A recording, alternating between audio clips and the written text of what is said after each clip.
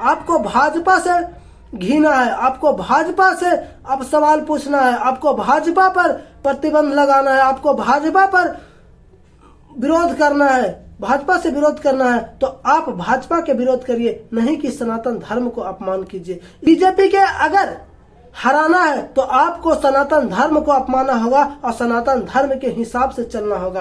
लालू यादव जी महाकुंभ मेला को फालतू बोले हैं, तब से सनातन धर्म के लोग लालू यादव जी को टारगेट करने लगे हैं और ये बोलने लगे हैं कि नीतीश कुमार के तरह लालू यादव जी अब सेठिया गए हैं, बुढ़ौती में ये सेठिया गए हैं, कुछ भी अल बल बकते रहते हैं। अगर सच में लालू यादव जी को सनातन धर्म से घिन आती है और सच में पूजा पाठ से घिन आती है तो फिर क्यों तिरुपति मंदिर गए थे मुंडन करवाने लालू यादव जी? इस बात को आप जवाब दीजिए।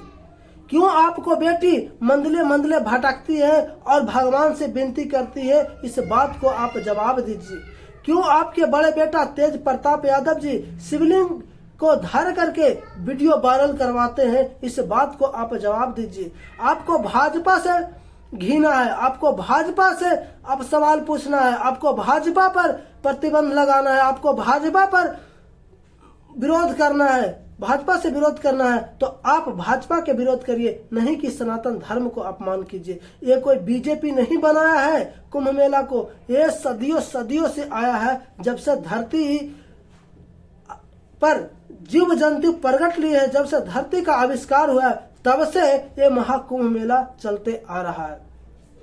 यहाँ स्वयं भगवान स्नान करने आते हैं, ये भगवान का प्रतीक है। यहाँ बड़े बड़े देवी देवताओं यहाँ स्नान करने आते हैं। आप लोग हमेशा चाहे आरजेडी हो या फिर कांग्रेस हो, बीजेपी पे हमला न कर करके सनातन धर्म को अपमान करते हैं। यही कारण है कि बीजेपी सबसे ज्यादा इस पे फायदा उठाता है और हमेशा उठाते आ रहा है। इस बात को आप ध्यान रखिए।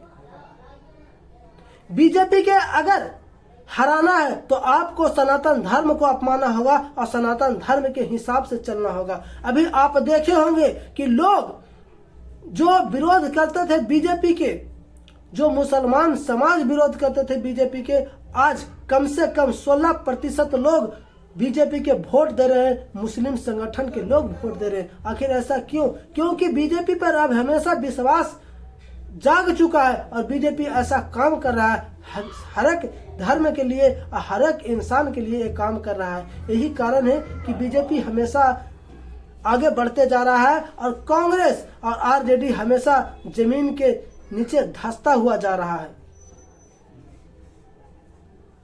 आपको फिर से लालू यादव जी सिंगापुर जाना चाहिए और अगली बार दिमाग को खोल करके इलाज करवाना चाहिए। दिमाग में लगता है कि कोई भोल्टू है ना, नट भोल्टू है ना, ढीला हो गया है। यही कारण है, बुढ़ौती में आप सेठिया गए हैं, हमें लगता है यही। और जनता भी अब यही बोलने लगा है कि लालू यादव जी नीतीश कुमार के तरह सेठिया गए हैं, कुछ भी अलबल बकते आ रहे हैं। एक तो अब सही से मुंह से आवाज नहीं निकलता लालू यादव जी की, आओ आओ आओ करते हैं और कुछ भी बोल देते हैं। अगर सच में पूजा पाठ आपको फालतू लगता है तो फिर क्यों आप महाराष्ट्र में छठ पूजा करवाए थे? क्यों करवाए थे? इस बात को आप जवाब दीजिए।